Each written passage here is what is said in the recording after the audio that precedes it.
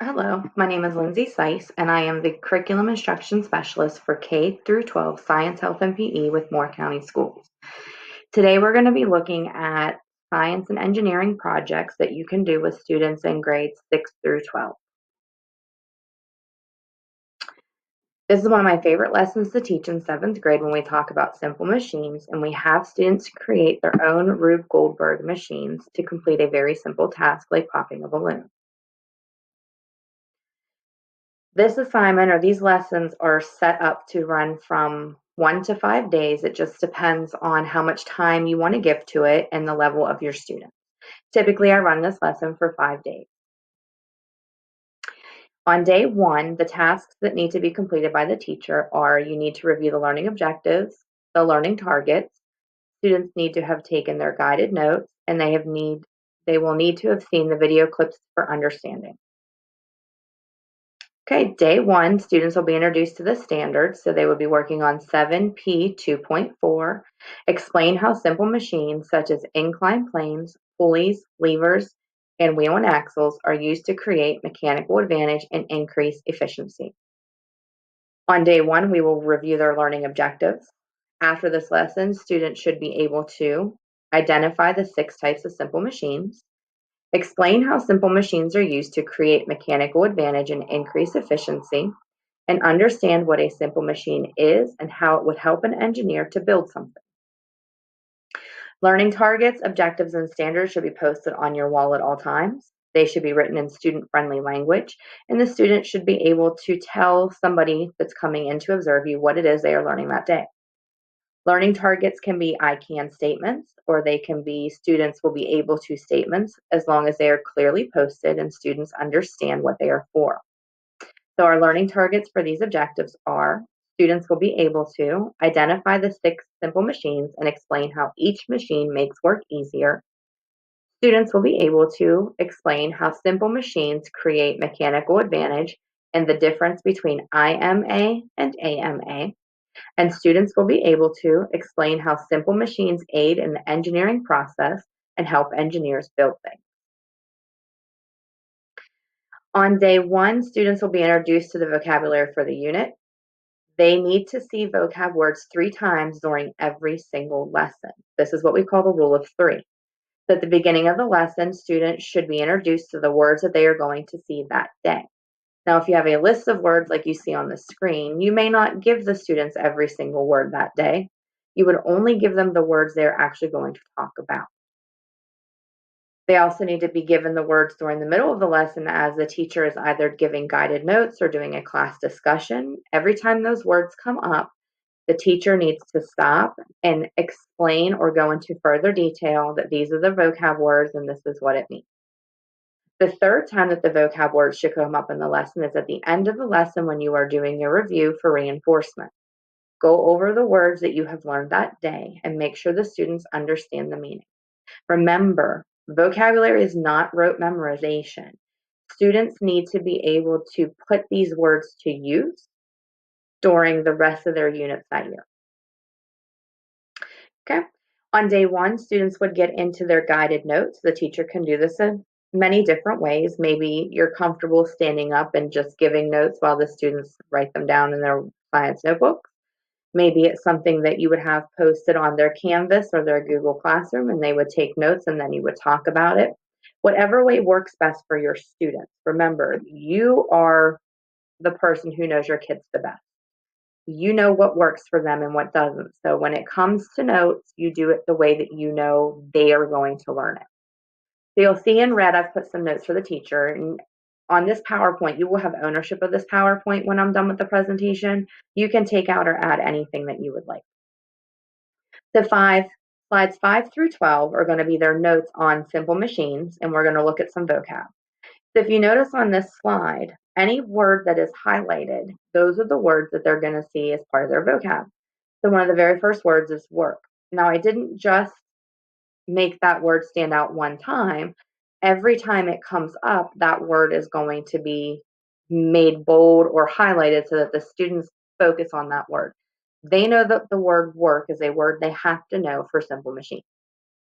So we're going to talk about work, we're going to talk about mechanical advantage, and we're going to talk about efficiency.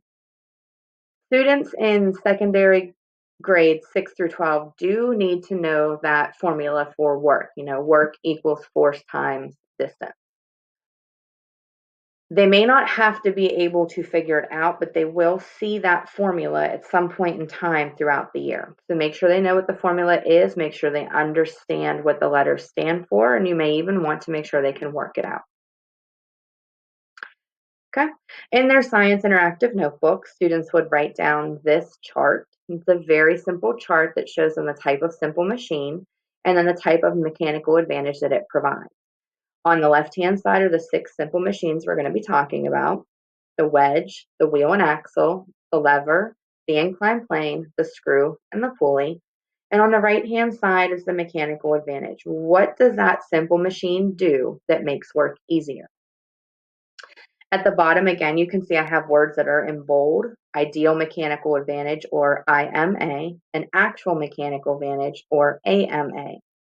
Again, these are vocab words, and you can see that I have them in bold, and then I'm going to actually spend some time discussing those words with the class because it's something that they do need to know. Okay, for the next section of notes, the students will go through each of the 6 simple machines. We start with wedge as the first one. And you can see some things that I've included across the bottom. So I've got 2 pictures, one on the left and one on the right. And then in the center, I have a very short 2-minute video that explains exactly what a wedge is used for and how many uses it has. What I like to do with simple machines and students is I like to have them look around the classroom or maybe think about things that they see on their way home or at home, and could it be a wedge? Explain to me when you've seen a wedge. You're going to get some things like a doorstop. A doorstop definitely is a wedge. It's very similar to the picture that we have on the left with the tire that's being wedged so that it doesn't move. You might come up with, or the kids might come up with, a ton of different examples of wedges. We want them to take their prior knowledge and put it into context. When have they seen a wedge? What kind of work was it doing? Okay. Once you go through this and the class has had a discussion, then you can show them that short 2-minute video that goes through all the multiple uses of a wedge. Okay. The next thing we would talk about is a wheel and axle. And again, I like to prod and pry with my students and ask them, tell me where you've seen a wheel and axle, or give me an example of a wheel and axle that you may have seen every day in life. You're going to get things like bicycles, you might get things like wheelbarrows, you might get things like cars. But we want them to take that real world knowledge and apply it to what we are discussing. Okay, again, across the bottom, you notice that I've got 2 pictures for them. And then once again, I have a very short 2-minute video that talks very specifically about a wheel and axle and how it makes work easier. Our third machine is a lever. Ask the students around the classroom, have they ever used a lever? What does a lever do? How is it useful? They may not think about doorknobs being levers. You may have to go into a little bit of more explanation as to how doorknobs would be worked as a lever. The one I love is the hammer. When kids think of hammers, they think of it as just pounding something into a piece of wood. But you may want to take a hammer and a board with some nails to class and maybe let the kids pound the hammer in and then use the opposite end to pull the nails back out. This is a really fun unit because you can actually do a lot of hands-on activities. In the past, my other co-science teacher and I would bring in things like wheelbarrows and hammers and pulleys, and we would set up stations around the classroom. And as the students moved through the stations, they would have a task that they had to complete using one of the simple machines. This was always a really fun lesson for the students, and it was something that they remembered. As you can see, there's also a video. So for every simple machine, I have included a very short 2-minute video so that they can see how these machines make work easier, and they get some examples of these machines in the real world. Okay. Our third machine is an inclined plane. You notice once again that I've got my pictures. We have a ramp. You may want to pry and prod and say, you might have seen a ramp outside of a restaurant or outside of a business. Tell me other places that you may have seen ramps. And then explain how steps are an inclined plane. They may not think about that because they're thinking of ramps. They may have that in their head, but explain to them that an inclined plane gets you or an object from a low height to a higher height. And you have a very short video that explains inclined planes and once again gives them concrete real world examples that they can use. Okay, this one always throws the kids off because I don't think of a screw as a type of simple machine. But once they work with that definition, a simple machine is made to make work easier, then they'll get that understanding of, okay, screws hold things together. Have them think about other screw type machines that they may have seen, not just a screw. They may have to think a little bit harder on this one, and you may kind of have to guide them a little bit. But once again, you've got two examples, and you have that video in the center there, less than 2 minutes, that's going to give them some information on screws, the different types of screws, and how they are used in the real world. Our pulleys. So we're going to talk about a pulley, and kids usually know this one. It's something that they have a lot of prior knowledge with. Some kids have wells in their backyard or they've seen a well, and then you can also talk about the construction vehicle, how that lifts heavy loads. What you want to talk about with pulleys, though, and you definitely want to make sure that you hit on this, is the more pulleys you have working together, the easier the work is going to be. So 1 pulley versus 5 pulleys. The 5 pulley machine is going to be able to lift something very heavy much easier than if you only had a single pulley. And again, you have that very short 2-minute video that's going to give them some examples and show them exactly how pulleys work. Once you get through the notes, this is everything that should have been discussed on day 1. Okay, we have to make sure that our students understand the learning objectives. What is it that they're going to be learning? The learning targets. How will they know that they have actually mastered the content? They should have had those notes on slides 5 through 12, and they should have been given a chance to watch those video clips. This lesson is the lesson that can be done with both face-to-face students and virtual students very easily. If you have a lower level class, you may want to break this up in 2 days as it can be a lot of writing for students. Your upper level students, this might be something you want to give them the day before and make sure that they have it before they walk in the door. Again, you know your students the best, and do what you feel they're going to be able to understand the easiest. Okay, day 2. Day 2 gets a little more fun. The students aren't going to have anything to write down today. They're going to be watching some videos and they're going to be getting some ideas because this is the day that you're going to start talking about the ultimate goal of this lesson, which is to be building a Rube Goldberg machine. If they're not familiar with Rube Goldberg, which they probably will not be, then this is the day that you're going to give them some information. Okay, things that the teacher needs to accomplish on day 2. You will introduce Rube Goldberg and talk about who he was as a person. There are multiple video clips that the students will get to watch, both on Rube Goldberg and about his machines. You're going to do a read aloud. Now, if you choose to purchase this book that I'm going to show you in a minute, that's perfectly fine, but you can also find it online where it's being read by his granddaughter. And I have included that link in this presentation. So the book Rube Goldberg and the Simple Normal Humdrum School Day will be a part of the literacy activity that you will be giving to your students. Okay, after your students have either read the book or had the book read to them, they will complete a literacy activity. You will discuss that activity with your students. They will give you their feedback and their ideas. And then you as a teacher, this is the day where you're going to present the Rube Goldberg project to the class. They're going to see some examples of the project. They're going to see what they need to start collecting for the project. And if you have time, they might even get to start brainstorming. Okay, so we've got some information on Rube Goldberg. They don't need to know a whole lot. It's just a very simple outline of who he was as a person. So Rube Goldberg was known as a very famous inventor. He's won multiple prizes.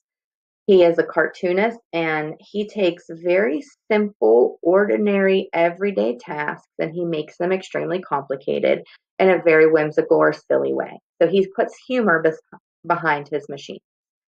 So we're going to have the kids create a machine that can do a very simple, everyday task, very complicated. And the students have a lot of fun with this because they get to be very silly. and do some things that they've always wanted to do with machines. Okay, the first video that's going to play is just Rube Goldberg himself, and it's a very short little minute clip of Rube Goldberg explaining to the students what a machine is or what one of his machines does. Okay, these videos here have always been favorites of my kids. So Joseph's Machines is a young man who takes, just like Rube Goldberg, he takes very, very simple, ordinary, everyday tasks and he makes them extremely complicated. So these videos, I've embedded 2 of them, and they get the kids wondering and fascinated and just so excited about doing this project because they get to see it in action. So the very first one, which is hilarious, is the lunch feeder. So Joseph takes lunch very seriously, and he builds a machine that, after hundreds of steps, can feed him different pieces of his lunch. The kids love this one. Okay. After we learn a little bit about Rube Goldberg and we see one of his machines in action, the kids are actually going to have some literacy assignments embedded into this lesson. Remember that kids should be reading and writing authentically in every single content area. This is not just an ELA content assignment. This is something that they can do in science class. So on the right-hand side, I have embedded some ELA standards. We have 6th grade standards, 7th grade standards, and 8th grade standards. And on the left-hand side, I have embedded the Read Aloud by Rube Goldberg's granddaughter, and then the literacy assignments we want them to do. So for the first assignment, after they have either read the book themselves or had the book read to them aloud, they are going to create a Venn diagram to compare and contrast the book to the videos they just watched. It's a really good idea to give your students access to this PowerPoint because then that way they can go back and they can watch those videos multiple times so they can do a really good comparison between the two, the book and the video. They want to pay very close attention to the ways that the simple machines are used in both pieces, and they're going to want to talk about very specific details. The second part of their task is they're going to choose a very simple everyday task, and they are going to write a full paragraph, 5 to 7 sentences, on how they would make that task much more complicated. They will have a lot of information once they've gone through the book and seen those videos to be able to guide them in this assignment. Make sure that your students have at least 3 details on how they would make this task more complicated. Okay, once they're done with their literacy assignment and we've discussed some of their ideas, they're going to watch another very short Joseph's Machine clips, and this one is how to turn a page of a newspaper. And once again, he takes a very, very simple task and he makes it incredibly difficult, and he does it in a very funny way. Now that the kids are really excited and if you've explained to them, guys, that you're going to have an opportunity to create a machine that does something that's typically very simple and make it really hard, the class is going to be buzzing. They're going to have so many ideas and they're just going to want to talk to each other. But this is the day where they need to listen because they're going to get all of the information for their project on this day. So again, we need to make sure that the students are aware of their objectives. What is it that they should be able to do? So after this activity is completed, students should be able to think critically about the importance of the machines they encounter in life, and they should be able to use their knowledge of simple and compound machines to design and build a small Rube Goldberg machine. If they click on the link, it's going to take them to their task. So their task that I, as their teacher, have chosen for them is they need to pop a balloon the Rube Goldberg way. So one thing you might start out doing is you might start asking them, what are the ways in which a balloon can be popped ordinarily? And they're going to say things like push it or sit on it or take a pin and pop it. Then we're going to explain to them that we want to do this very simple task as complicated as possible. So their project request is going to be to build a 7-step Rube Goldberg machine that completes that task. Now, you can decide how many steps you want it to be based on your class. So if you have a set of students who are a little bit lower, you may want to give them 3 to 5 steps. If you have a group of students who are very high, you may want to give them more than 7 steps. Once again, this comes down to you and your kids, what you know you can get accomplished in those 5 days, what you're comfortable accomplishing, and what you know the kids can handle. Okay, so some resources that the kids need to have access to. They need to have an example of a Rube Goldberg cartoon, which I have included a couple in the presentation, but you can find hundreds of them online. They need to be able to go back and look at those video clips of the Rube Goldberg machines, Joseph machines. I have some other video clips further down in the PowerPoint that they also can have. You would need to give them balloons, string, and tape, and then they're going to have to collect some common household objects. Now, I gave you some examples, but I have included a much more extensive list in this presentation.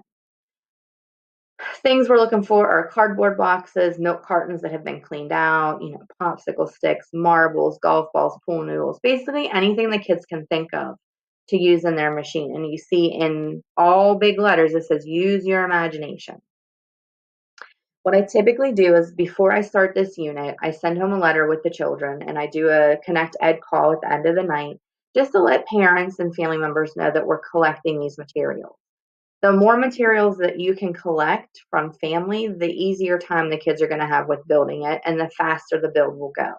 You won't have to wait for days for the kids to find their materials. You'll already have them in the classroom. Really, it's very simply just calling for garbage. You just want these plastic and cardboard boxes, well cleaned, to be supplied for your students. Put a call out to the teachers in your school, to parents, to family members, and start collecting these materials maybe a month or two before you plan on doing the project. Okay? Once the students know what it is that they're expected to do, you do want them to have some questions that they need to start thinking about before their group begins. So as a group, your students are going to answer the 6 questions. First thing you want to know as a teacher is, do they understand what a Rube Goldberg machine is and what it does? Okay. Then I want to know from them, do they know what the 6 simple machines are and how they make work easier? I want them to explain to me, how do machines multiply force without multiplying work? I want them to explain to me energy transfer. This is something that they would have seen in 7th grade many times over the course of the year. So they should be able to tell me very easily about energy transfer. They need to be able to tell me about the different types of energy, and they need to be able to explain what mechanical energy is. These are perfect things to put in a science notebook. Once my students have these questions answered, they would bring them up to me at my desk or walking around the room, and I would check off. And as soon as I check off that their answers are correct, this is a very, very simple way to assess your students to make sure they understand. Then they can start drafting their project. I put in some teacher notes, some activities, and some differentiation you as the teacher can have your students do. These slides can be removed from the presentation. Okay? So you're going to need to review the history of Rube Goldberg, which we will do a little bit, but you can go into much more detailed review if you want to. Okay, you might want them to draw a simple cartoon. You might want them to look at some more examples, completely up to you. You definitely want to make sure that not only have you taught the 6 simple machines, but you want to review those machines to make sure they truly understand how those 6 machines make work easier. What's very important, and I learned this the hard way my first year, is you want to set parameters for what you count as a step. So just for example, a step needs to be a transfer of energy. Now these steps go very quickly. So their machines aren't going to be huge if you're only asking for 3 to 5 steps. You want to give the kids some parameters as to how big or how small this project can be. We had students whose project literally took up half the classroom. We had students whose projects were very tiny. As the teacher, you know how much room they have. So you make sure you want to tell them, you can't take more than 5 desks, or you can't take more than the square on the bottom of the floor. So you just make sure that they know how big or how small is okay for their project. Your students do need to be broken into groups. You can do it by level if you want to, or you can have them pick their own groups. I always tell my students, you don't have to like the person, but you do have to learn to work together. So just be prepared. If you as the teacher pick their groups, there's going to be some moans and groans. They don't have to like each other, but they do have to understand what it means to cooperate and work together. You're going to assign the task. So at this point, the students already know that their task for me was how to pop a balloon the Rube Goldberg way. You might want to give them some other tasks like turning a page of a book or picking up a pencil or pouring cereal into a bowl. Get creative with it. You might even want to let your kids pick their own task. Ask them, what thing would you choose to make much more difficult that you do every single day? Okay, you're going to have your students build their machines. And again, you can have them build anywhere from 3 to as many steps as you want, but I honestly would make a minimum of 3. Okay, you can assign them the materials or you can let the students choose their own. I always let them choose their own materials because then their imagination has no limit. After the allotted period of time, each team of students will run their machines to see if they work in front of the class. They will have time built in this week to do test runs to make sure that their machines work. Okay. Ways that you can differentiate if you have lower level students, mid-level students, or high level students, there are definitely ways to differentiate this lesson. So you may have students write a task description like Rube Goldberg does in his book. So we would be like A, B, C, A, this happens, B, this happens. Okay. You may just want students to present their machines to the rest of the class with a task description serving as their narrative. So they may present their machine and maybe they are standing up with their machine and they are reading it. Step A, this happens. Step B, this happens. It was always fun to have students judge the machines of their classmates. You give them a rubric and we get to go around the room and we get to do some judging. So we're looking for the funniest, we're looking for the most creative. You may be looking for the one that has the most amount of steps, but the kids always had a lot of fun doing that. Okay, and then you could have your students build a machine to complete a different simple task than the one that you gave them. You know, some examples are just pouring cereal, turning on a TV, flipping a light switch, anything that we take for granted is very simple. They could choose to build a Rube Goldberg machine to make it very difficult. Okay. Make sure that whenever you assign a project to your students, you do give them a rubric as a guide. So this is just a very general rubric for building a machine. So they have their plan, which you'll see in a second that there's actually a space for them to write out their plan for you. We want to know, is their plan neat and clear? What are the measurements and the labelings on all components to get a solid 4? Scientific knowledge is very important, considering that they are taking their knowledge of simple machines and they are actually putting it to use to create something to complete a task. So were there explanations by all group members? Was it clear and accurate? Did they understand the scientific principles? Were they able to construct something? And were they able to make modifications if needed? Function is super important because we want to make sure that their machines work. So if it's their turn to present their machine and they get up and they go to do it and nothing happens, then their function of the machine does not work.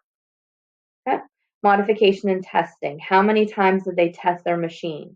Did their machine work? If it didn't work, were they able to troubleshoot and test it and fix it? Okay, these are all very important categories that students need to be able to do when they are building something. This is the engineering phase. They have to be able to not only build it, but they need to recognize that if there's a problem, they need to know how to troubleshoot and fix it. Okay, so these are some pictures of kids in my classes doing it.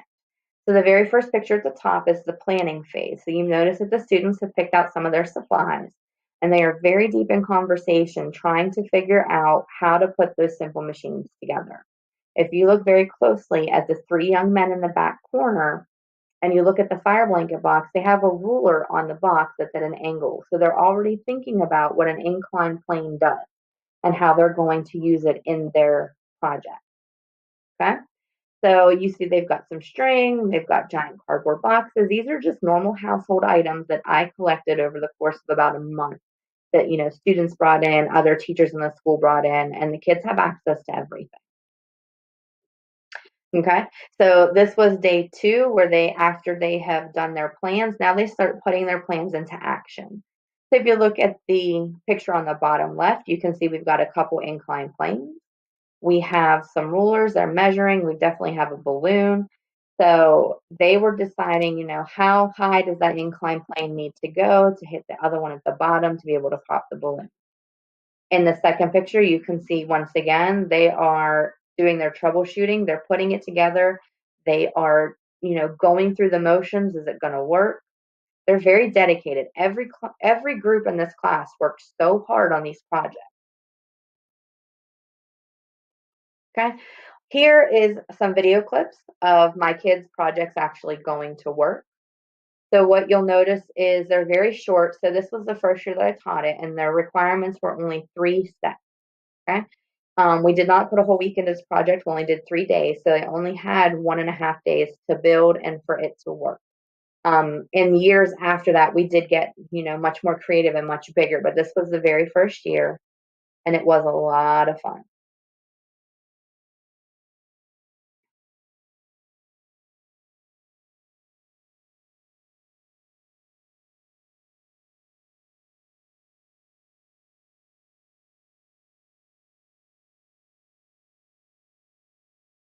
Okay. It happens very quickly. So they may have to do it multiple times for you as their teacher to count how many steps they've done. Okay. So by the end of day 2, you will have introduced the Rube Goldberg project. They will have seen the video clips. They will have either read that book, The Normal Simple Humdrum School Day, or they will have seen and heard it read aloud on the internet. They will have completed the literacy activity and the discussion, and then the teacher, hopefully you, will have presented to them the project and what it is they're required to do. Okay, this is just a list of some things that you may want to start collecting a couple weeks or months before you decide to do this project. And I've put them into categories for you. And what I do is I just print this list out and I put it around school. I put it in teachers' mailboxes and I send it home with the kids so that the parents and family members and other teachers can see, start collecting some things from home. So we've got a category: things that roll, things that move, ramps, recyclables, and common household materials. Now, this is not an exhaustive list by any means. There are so many more things that you can add to this list, and have the kids think about, have them get super creative and just start bringing things in. Okay, so the next couple slides are going to be the actual Rube Goldberg project, which you will have access to in a PDF document to give to your students. Okay, so I will give this to my students on day 3, and we'll go over it step by step so that they understand what it is that they are trying to do and how they should be doing it. So the first thing is we're going to talk about what it means to design and build a contraption. That might be a new word for your students.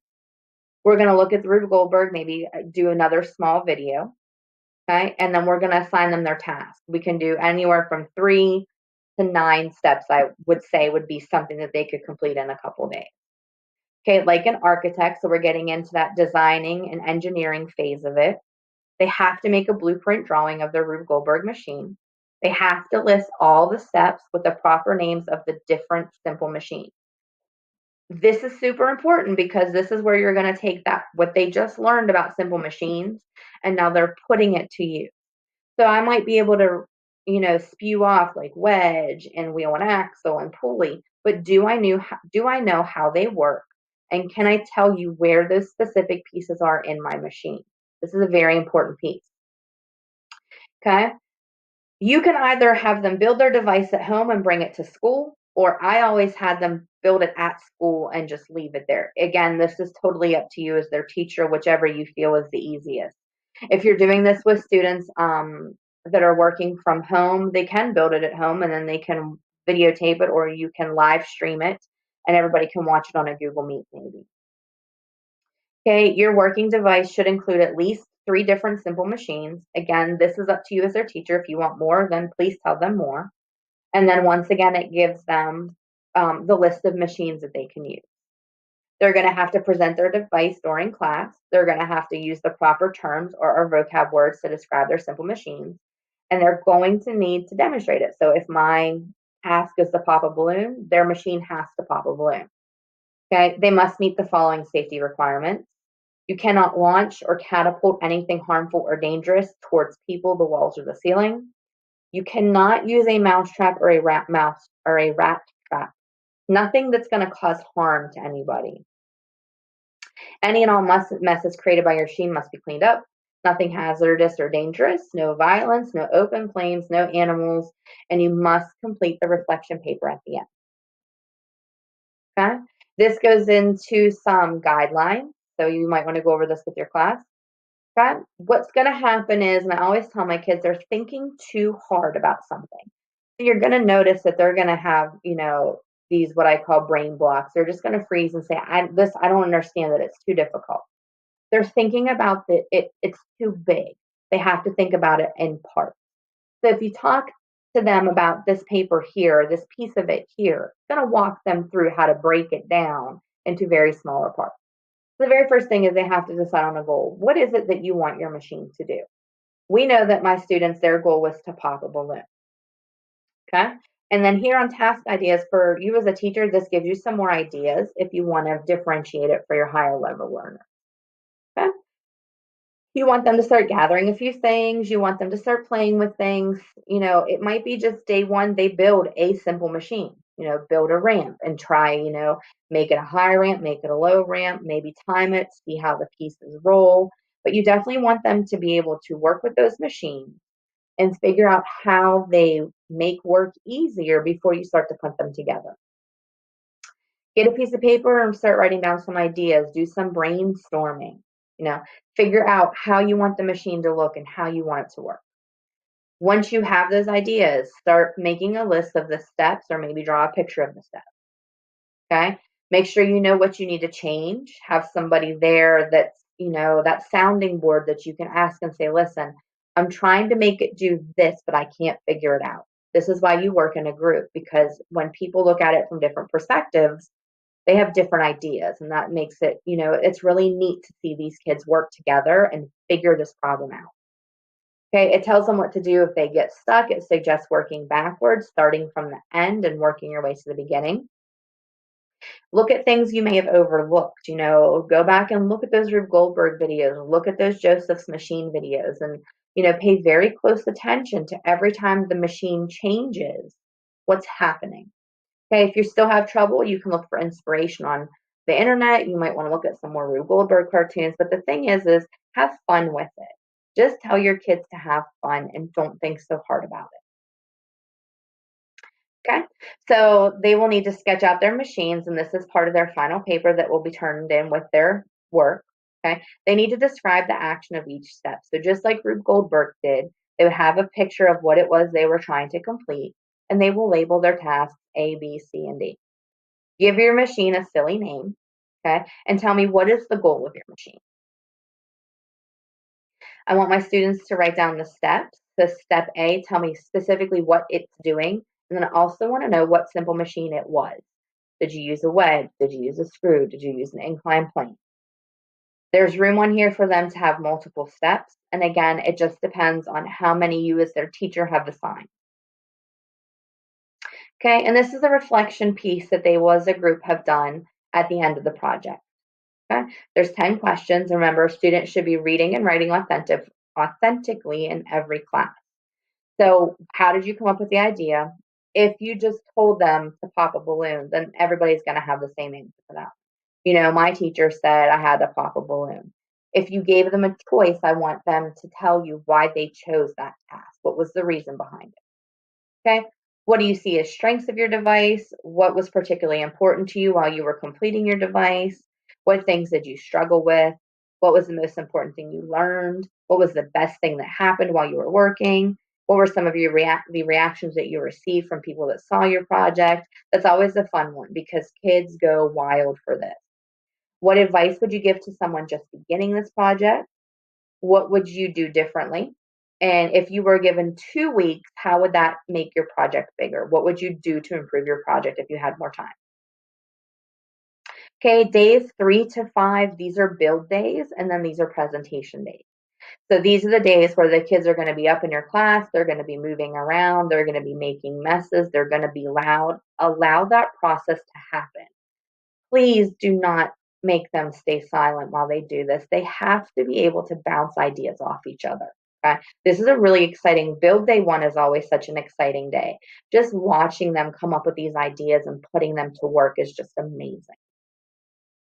So days 3 through 5, we want to review those vocab words. Remember, they need to see vocab 3 times a day.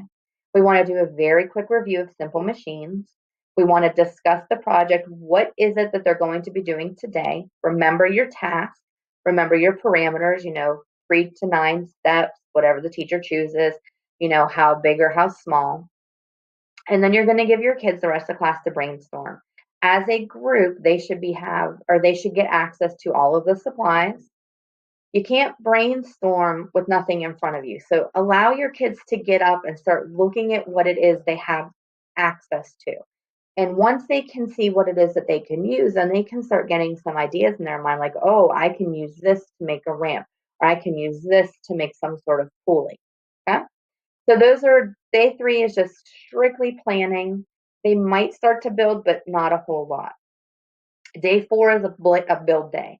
For the entire class period on day 4, they are taking those ideas and they are putting them together. Again, this is going to be a day where it's going to be loud. There's going to seem like it's chaos in your classroom, but they are actively building a Rube Goldberg machine. Day 5, they're going to finish up their machines. They're going to put their finishing touches on it. They're going to make sure that it works by doing a couple test runs. And then this is when they're going to present their machine. Presentation was very simply like the video that I showed, where you as the teacher just videotape it. And I do suggest you videotape it so that you can go back and count, because they do go very quickly. You're going to want to count and make sure that they have your minimum number of steps. Okay? This is also the day 5, where their classmates can go around and judge them for craziest or silliest or most complicated.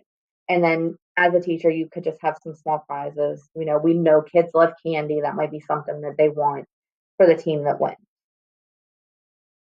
Okay, if they still need some ideas, this is a really amazing clip. It's about 10 minutes long, but it talks about the top 10 Rube Goldberg machines in movies.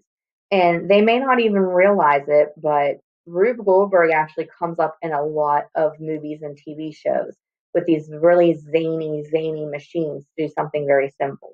So they can watch this. I suggest they watch this on their own time. They can maybe watch it while they're going through that design process. Just to give them a couple ideas. I would not take class time to do this because, again, it's just a compilation of movie clips. That's something that they can watch on their own. Okay, so I have given you access to the PowerPoint presentation. I've also given you access to all the Word documents that I've embedded within the PowerPoint presentation that you can definitely take and copy and make it your own. Okay. If you have any questions about my project, you can get a hold of me at my email. So again, I am Lindsay Seiss. I am the CNI K through 12 Science, Health, and PE Specialist. And my email is there at the bottom if you need me.